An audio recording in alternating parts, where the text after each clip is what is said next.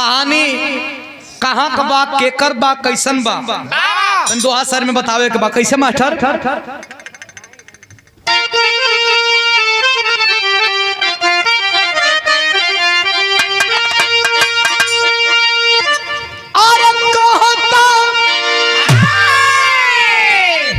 मंदोदर से अमर जीत बिरावा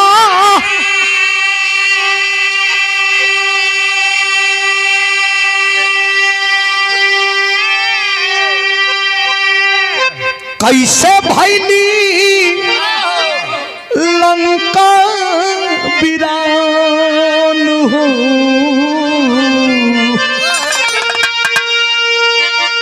अरे कैसे, अरे दशानंद से पितामह मारी गई ले।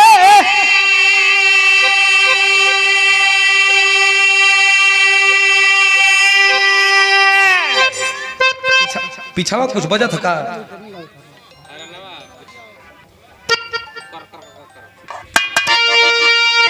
अरे कि कैसे, अरे दशानंद से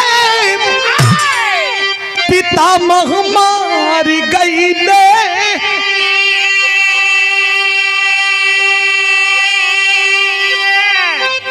माई बाबू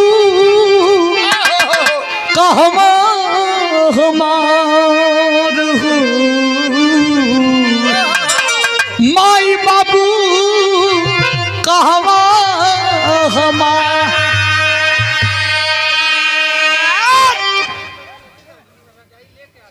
एक लाख पूत सवा लाख नाती, ताही रावण घर दिया न बाती। भगवान राम के बाणों से लंका वीर विहीन हो चुका था और लंका में कोई वीर नहीं बचा था। मंदोदरी रानी बैठ करके और अपने पूरे खानदान को मरते हुए आंखों से देखी थी। बैठ करके आंखों में आंसू ली है। तब तक एक 13 वर्ष का बच्चा आता है, नाम अमरजीत है, मेघनाथ का बेटा है। बचपन से ही अपने ननिहाल में पला था। मंदोदरी से जाकर के कहता है, दादी माँ मैं मेघनाथ का बेटा हूँ और मैं रावण से और अपने पिताजी अपने पापा मेघनाथ से और अपने दादा रावण से मिलना चाहता हूँ।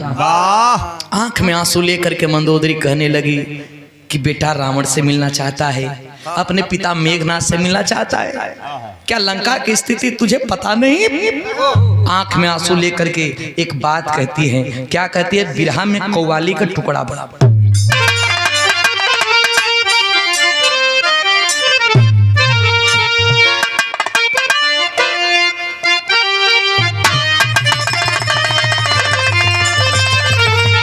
वह कव्वाली हो। अरे भर दो झोली, भर दो झोली, अरे मेरी या मुहम्मद,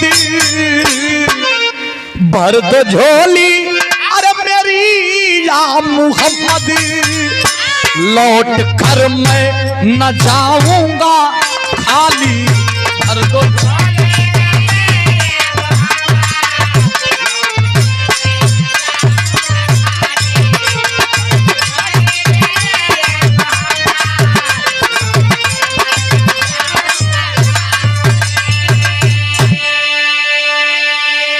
लेकिन मंदोदरी रानी रो करके और 13 वर्ष के अपने नाती अपने बेटवा के समझावत बता।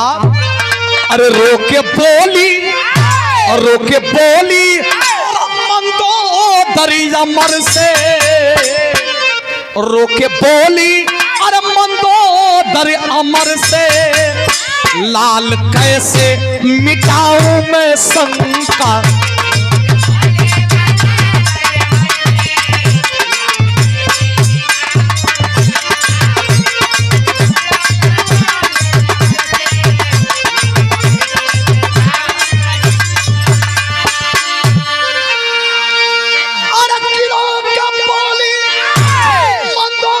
अमर से लाल कैसे लाल कैसे मिटाऊं मैं शंका। ए बेटा मांग में मेरी,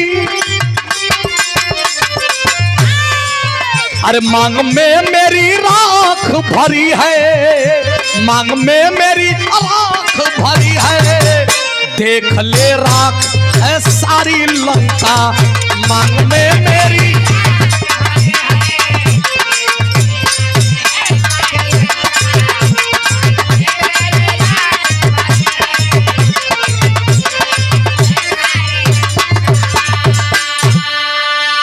और बम बम यादव जी हमारे पुराने पट्टी से भैया के द्वारा 100 रुपया पुरस्कार दिलन, चरणों में कोट कोट प्रणाम, बहुत बहुत धन्यवाद। तनी हारन का आवाज कम करा हो। और 100 रुपया पुरस्कार तो वही है बाबू, हालो मेन मत मत मत कम करा, मेनू कम करो थोड़ा। और 100 रुपया पुरस्कार हमारे भैया कला की यूट्यूब पर देखल जाला, भैया के कोट को प्रणाम है, एक खातिर धन्यवाद बा, सब भैया के प्रणाम है। ए भैया मंदोदरी रानी बता रहे कि बचवा इला था अपने बाप का अपने दादा का दर्शन करे, लेकिन अफसोस लंका वीर विहीन हो गया। कैसे माँ? जिस रावण के चलने से पृथ्वी कंपित होती थी, अरे जिस रावण के दरबार में, जिस रावण के दरबार में बड़े बड़े देवी देवता चूल्हा चौका किया करते थे, उस रावण को, उस मेघनाथ को मारने वाला कौन पैदा हो गया माँ? मंदोदरी बताती है कि सुन बेटा कि कैसे क्या हो गया।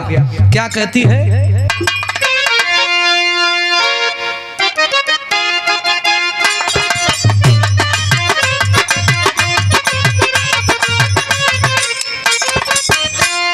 मंदोदरी रानी उस बच्चे से बता रही है, हरण सीता कर पितामह तेरे लाए थे, हरण सीता कर पितामह तेरे लाए थे, नार के वास्ते रहुबर भी लड़नी आए थे।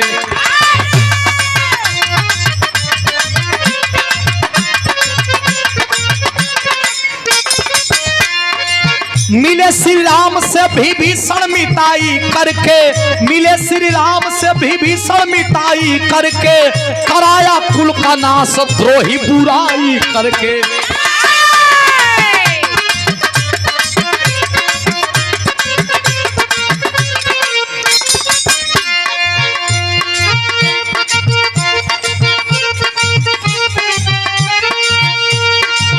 वीर मारे गए, वीर मारे गए, बचाना कोई सगरी हो,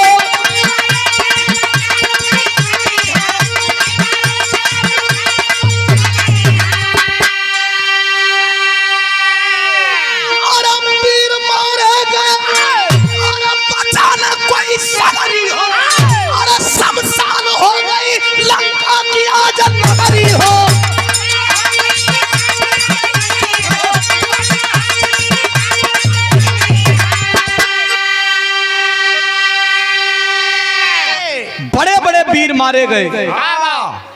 जब वीर मारे गए बेटा, शमशान लंका हो गया, और इस सब में हाथ मात्र एक का है, जिसका नाम भभीषण है। लंका में बैठे हुए लंकापति रावण को छूने की किसी की हिम्मत नहीं थी, लेकिन रावण का भाई विभीषण जाकर के कुलद्रोही पूरा भेद बता करके और लंका को वीरों से विहीन करा दिया। अरे 13 बरिस का लड़का रहा, लेकिन रहल जहर को पुड़िया। कल अरे माई, तब तो हमार दुश्मन राम और लक्ष्मण नहीं बढ़न, हमार दुश्मन राम लक्ष्मण नहीं बढ़न, हमार दुश्मन भभीषण बढ़न, और हम भभीषण के मारब। है लंका सोना का लंका आज वीरन से विहीन हो गयल। 13 बरिस का लड़का भभीषण के मारे बदे जब योजना बनाओ बा, तो बिरहा में एक तरज मास्टर बड़ा रंगरूट तरज हो कौन हो।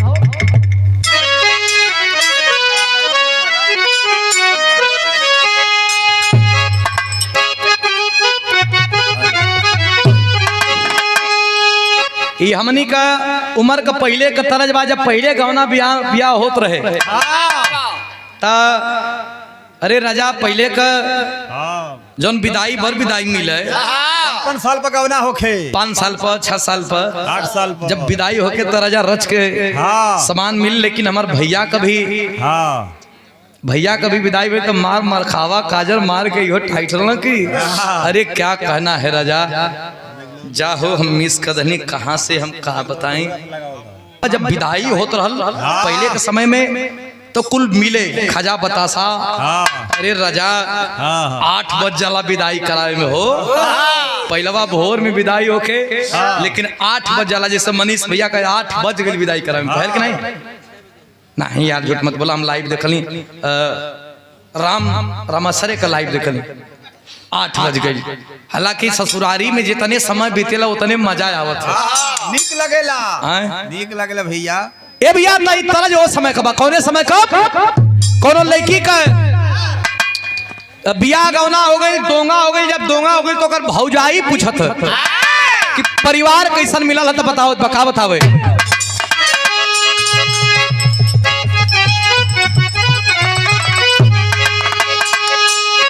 कि अरे कुन्ना मिलल दौरावा मिलल,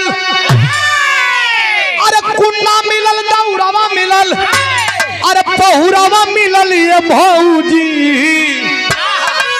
यही रतिया से जरिया पनिदियो न आवे मोगवा मिलल भौजी।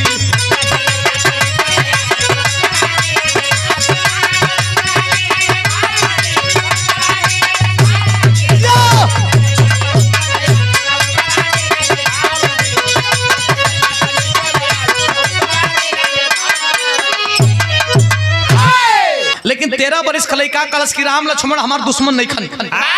राम लक्ष्मण दुश्मन नहीं खन, भविष्य सारा भेद बता के लंका के वीरन के विहीन कैले बाप। पहले भविष्य के का कहे, अरे कि देखी हलदिया फाटल छतिया, देखी हलदिया फाटल छतिया, और तूफानवा करब ये मैया, अरे तूफानवा करब ये मैया। अरे मुदई करण में उतारब पनिया, पथनवा करब ये मैया।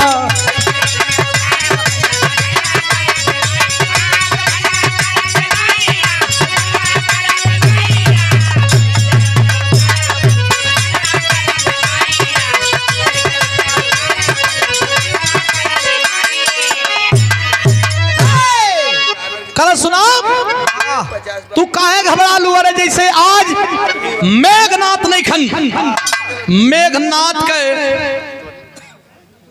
जिला पंचायत सदस्य चोलापुर ब्लॉक सेक्टर नंबर 3 से हमारे अविनाश यादव भैया नाइलोन का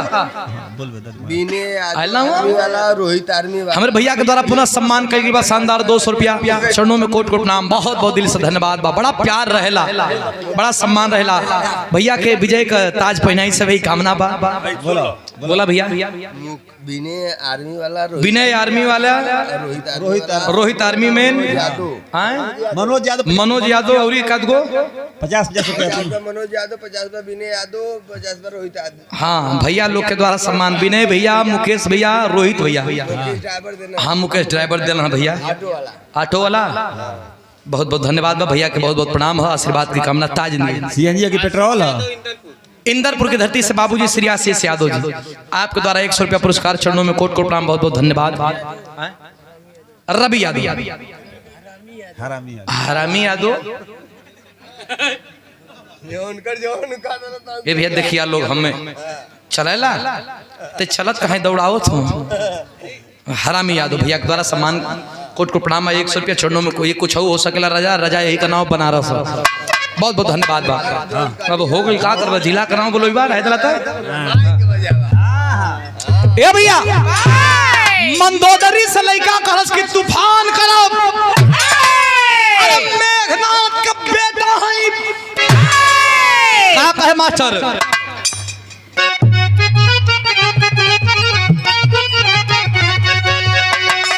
अरे कि बन के मेघनाथ हमाई, अरे तोहरा भरा पे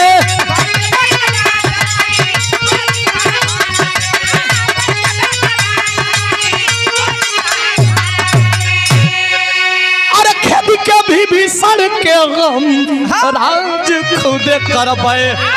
अरे रोमा रोमा लागल यगिया रोमा रोमा लागल यगिया मनवा करबुए मैया अरे मुदई करण में उतारा बपनिया बदलवा करबुए मैया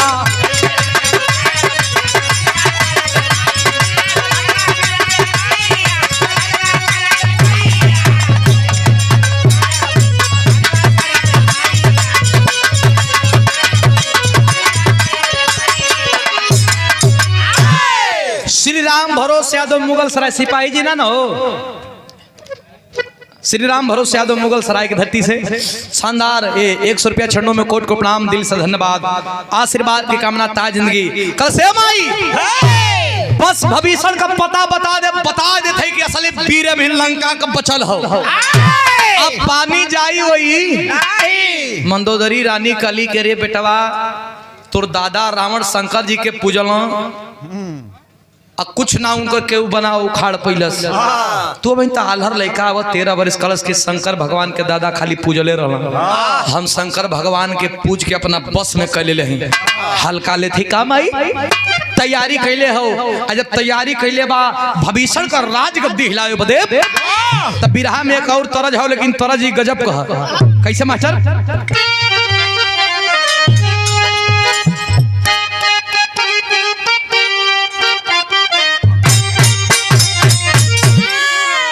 ये हम दोनों भाई का उस्ताद विजय लाल गुरु जी के कमाल के गावेदन कैसे अरे कि का बौरा गइलु ना का बौरा गइलु ना अरे कि का बौरा गइलु ना ये लैया का बौरा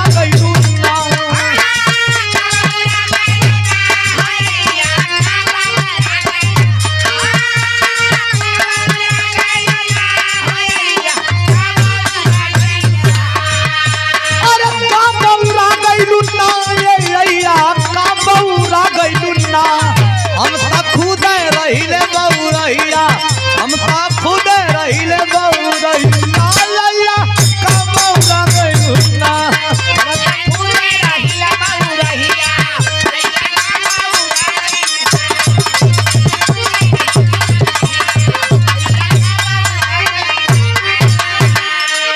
सूबेदार मेजर के पद पे कार्यरत आदरणीय हमारे अभिभावक और श्रीलाल जी यादव नेताजी के सबसे छोटे भाई रमेश भैया के द्वारा पुरस्कार आइल बा आशीर्वाद आइल बा श्री चरणों में कोट को प्रणाम सब भैयन के था उचित प्रणाम पहुंचे आशीर्वाद की कामना बा लेकिन लइका रहल 13 बरिस का लेकिन चलल है जवान कैसे चलल मास्टर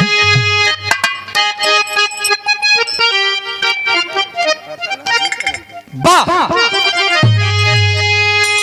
जवान चलल है तब अरे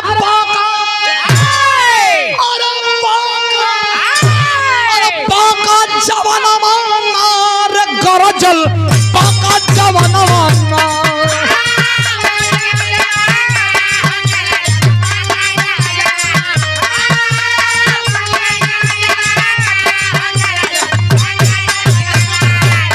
अरे पाका जवाना रे गरजल पाका जवाना मिली हम माटी में तोहरो घुमाना मिली हम माटी में तोहरो घुमाना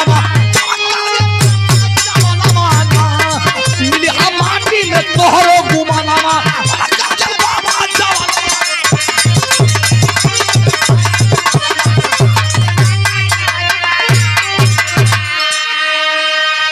श्री शोभनाथ यादव इंदलपुर के ऐतिहासिक धरती से शोभनाथ यादव जी के द्वारा 100 रुपया पुरस्कार चरणों में कोट कोट प्रणाम बहुत बहुत धन्यवाद आशीर्वाद की कामना हो जीओसी कमांडर सपा के प्रकोष्ठ से पूर्णवासी राम जी हमारे पूज्य अभिभावक जी के द्वारा ये पुनः दूसरा पुरस्कार आया है चरणों में कोट कोट प्रणाम दिल से धन्यवाद आशीर्वाद की कामना ताज में बैठ करके आप लोगों ने मान मर्तबा बढ़ाया है इसके लिए धन्यवाद बांका जवानवाना जा करके और जो भविष्य बैठा था राजगद्दी पे निकाल करके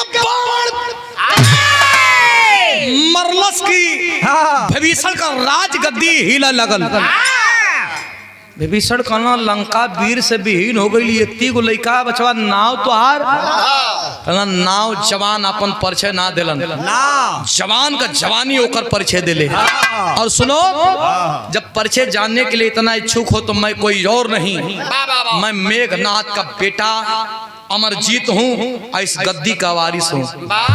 विभीषण करसला ये कहाँ ले आ गल? अब इन एगो बचले है, एगो से 1000 होखत देरी ना लगे, एक कुल मायावी होन। तुरंत भविष्य प्लान कदलस। कैसे प्लान कैलस?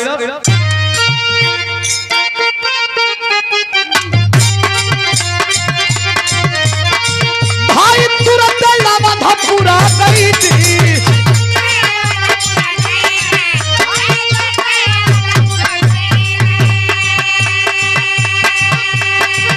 50 रुपया पुरस्कार।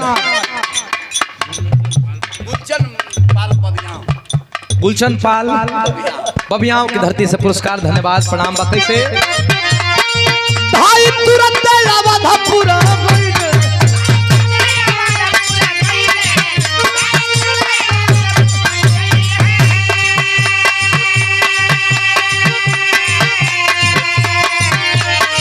दुखड़ा सारा सुनैले ना, दुखड़ा सारा सुनैले ना, सपोला तान के बैठल बथनामा, सपोला तान के बैठल बथनामा, सपोला तान के बैठल बथनामा।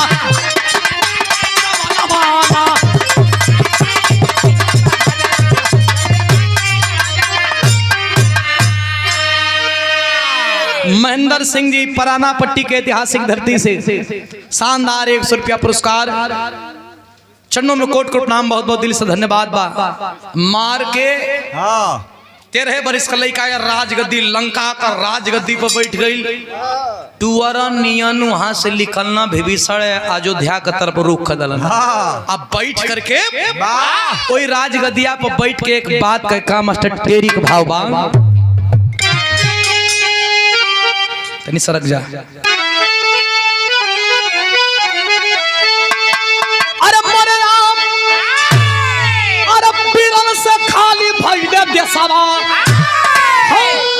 बीरन से खाली भइले देशवा। अरे बाजी खत्म कराया खानदान तीरन से, तीरन से।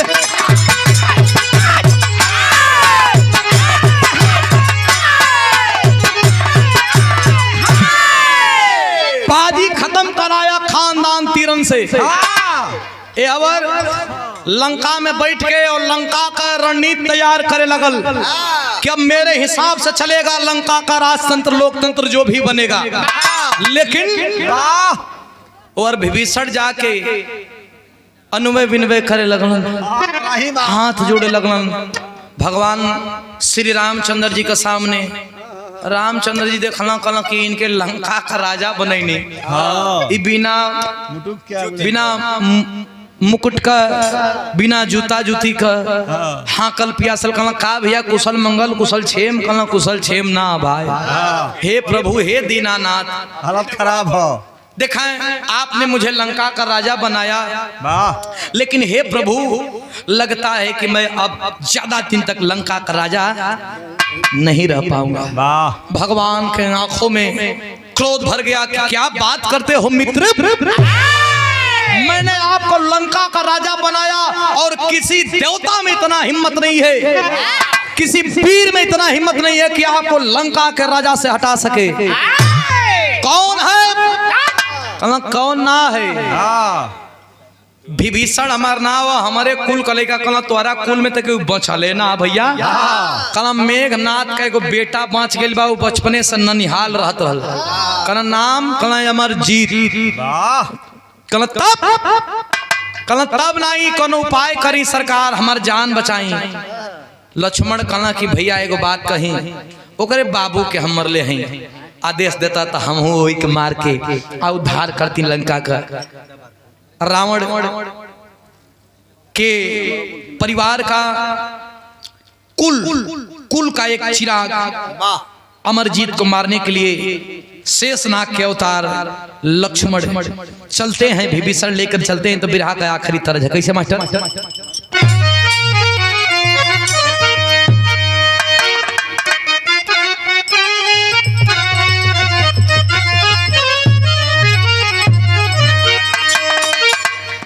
कनवासी कहत बा अरे दिल के अरमान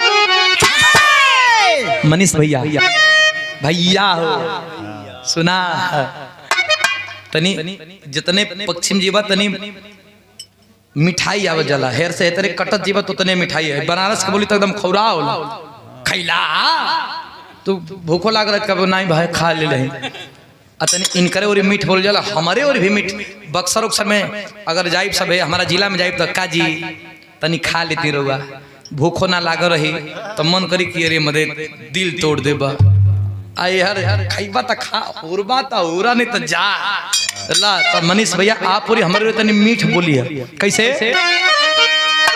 अरे दिल के अरमान दिल के अरमान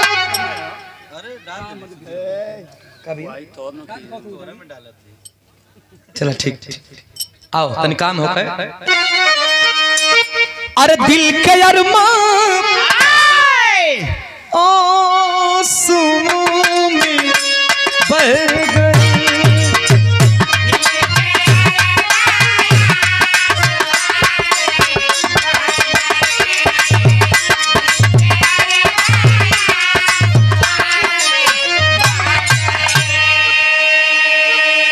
लेकिन लक्ष्मण जी जब साथ लेकर चलते हैं जब साथ लेकर चलते हैं विभीषण को तो अरे ठोके ताली अरे ठोके ताली और वीर समर में चल दिए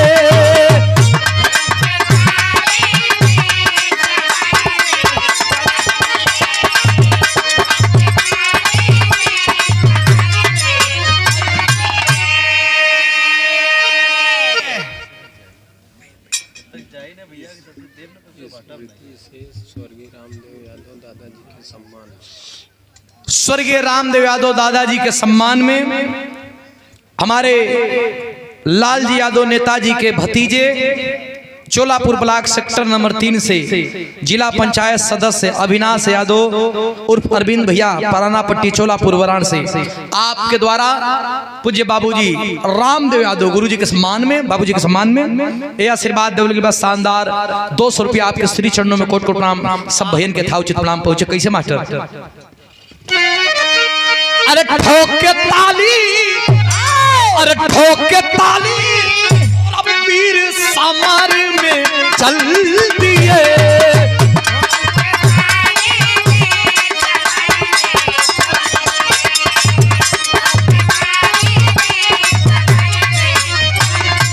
अरे किया कमरा से अरे ये कमरा शिव जी लड़ गए अरे ठोके ताली ठोके ताली वीर समर में चल दिए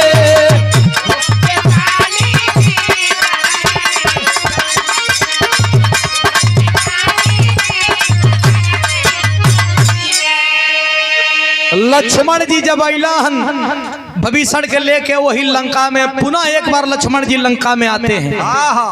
जब पुनः एक बार लंका में अइलाहन तब बिरहा में पापट का लाइन लिखल गई बा आखिरकार उस लंका में मेघनाथ का बेटा को मारने के लिए लक्ष्मण जी आते हैं।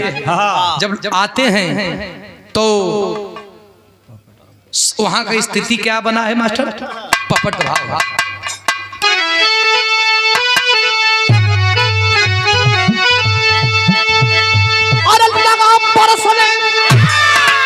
पान के ऊपर पान तान का सीना हो और भीड़ गया है अमरजीत पलवान तान का सीना हो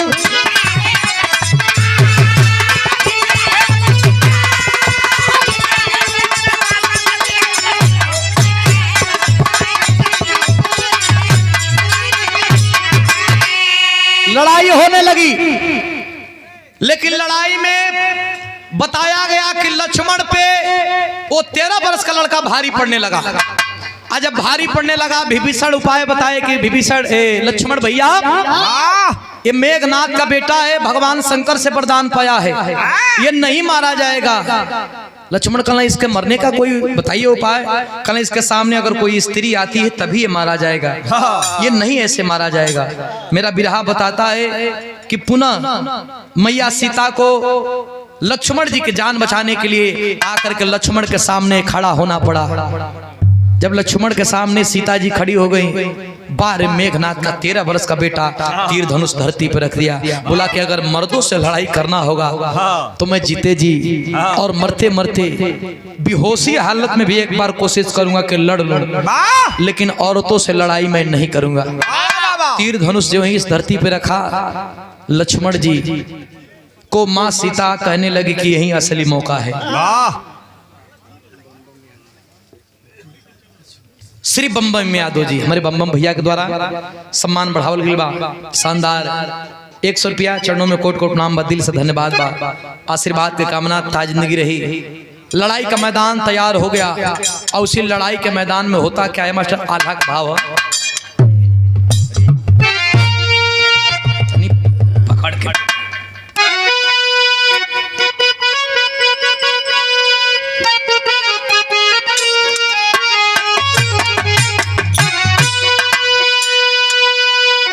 वही लड़ाई का मैदान में एक तरफ से लक्ष्मण हैं जिनके सामने माता सीता हैं, और दूसरे तरफ से तीर धनुष रख दिया धरती पे। अमरजीत है तो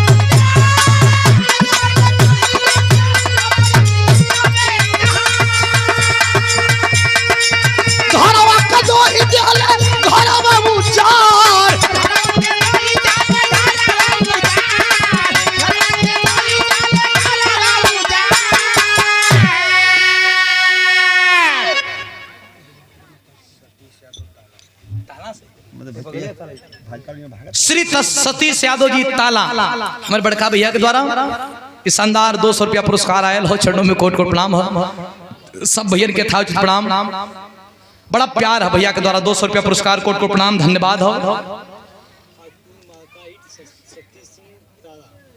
सतीश सिंह ताला, अतुल मार्का ईंट, आपके द्वारा 500 रुपया पुरस्कार। चरणों में कोट कोट प्रणाम, सब भैयन के यथाचित प्रणाम, आशीर्वाद की कामना, ताज जिंदगी हो। बल्टहरा वाले श्री राम दुलार यादव जी के द्वारा शानदार 200 रुपया पुरस्कार। चरणों में कोट कोट प्रणाम, बहुत बहुत धन्यवाद, सब भैयन के प्रणाम हो। इंदरपुर की धरती से श्री शोभनाथ यादव जी के द्वारा सम्मानित 100 रुपया पुरस्कार। चरणों में कोट कोट प्रणाम और शानदार 200 रुपया पुरस्कार।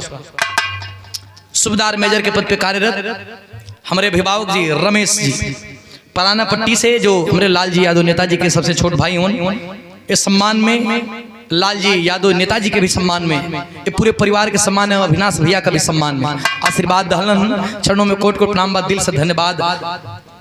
लइका के जब बाण चले सीता जी के कहला पर निहत्थे पे जब बाण चलाए तो रहल तो लइका न फट गई करे जाए, धरती में लोट के रोवे लगल। मंदोदरी रानी आती है, आंख में आंसू लेके कहती है, बेटा बार भी बिछड़ बा, कुलद्रोही, परिवार द्रोही, राजद्रोही, ओहो जैसे पूरा खानदान को तूने खा गया है। आलहर 13 बरस का लइका तो का बिगड़ रही। इसी जांग पे लेकर के मंदोदरी रानी अपने बेटे को लेकर के रो रही है, और रो करके एक बात कहती है। क्या कहती है मास्टर? खड़ी करा।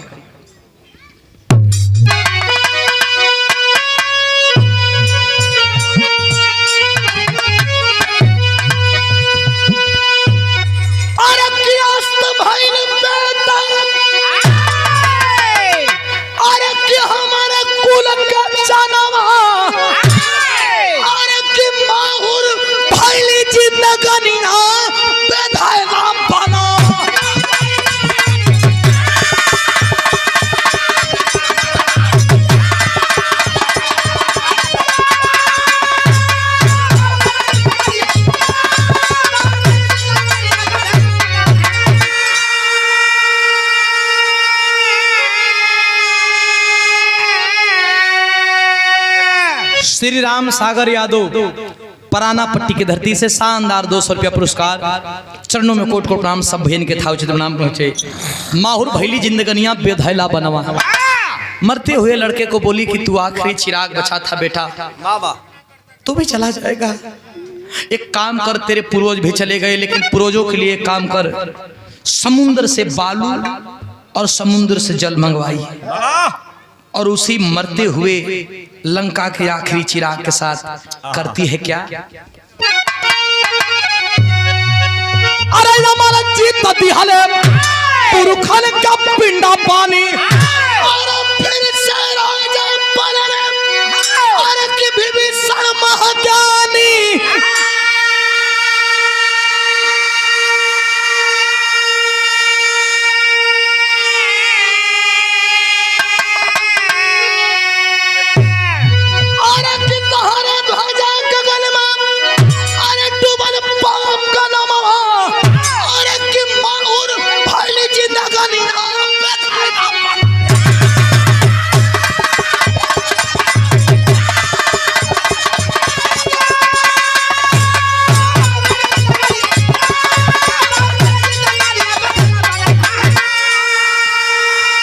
मरने वाले तो लोग मर जाते हैं, मर गए अमरजीत, अपने दादी माँ के जांग पे ही अपना सर रख करके दम तोड़ दिया। लेकिन एक बात ख्याल करिएगा, ये लागू आज भी होता है मनीष भैया, ये आज भी लागू होता है। मरने के लिए तो सबको मरना है, मर गया वो अमरजीत, लेकिन लागू है कि रावण एक नहीं 1000 रावण से इंसान लड़ सकता है, लेकिन भभीषण से कैसे लड़ सकता है मनीष भैया? रावण से आदमी लड़ ले, लेकिन भभीषण से कैसे लड़ी? रावण सामने से लड़ेगा, लड़ लिया जाएगा। लेकिन आज के समाज में, आज के देश में, आज के राज्य में, घर में हर जगह भभीषण हो गए हैं। आपके साथ चलेंगे और आपके साथ चपलों जैसे आपके पीछे से आप पे ही छींटा फेंकेंगे। तो रावण से डर आज के समय में नहीं है, आज डर है भभीषण से, जो आपका पूरा बनाया हुआ काम दे करके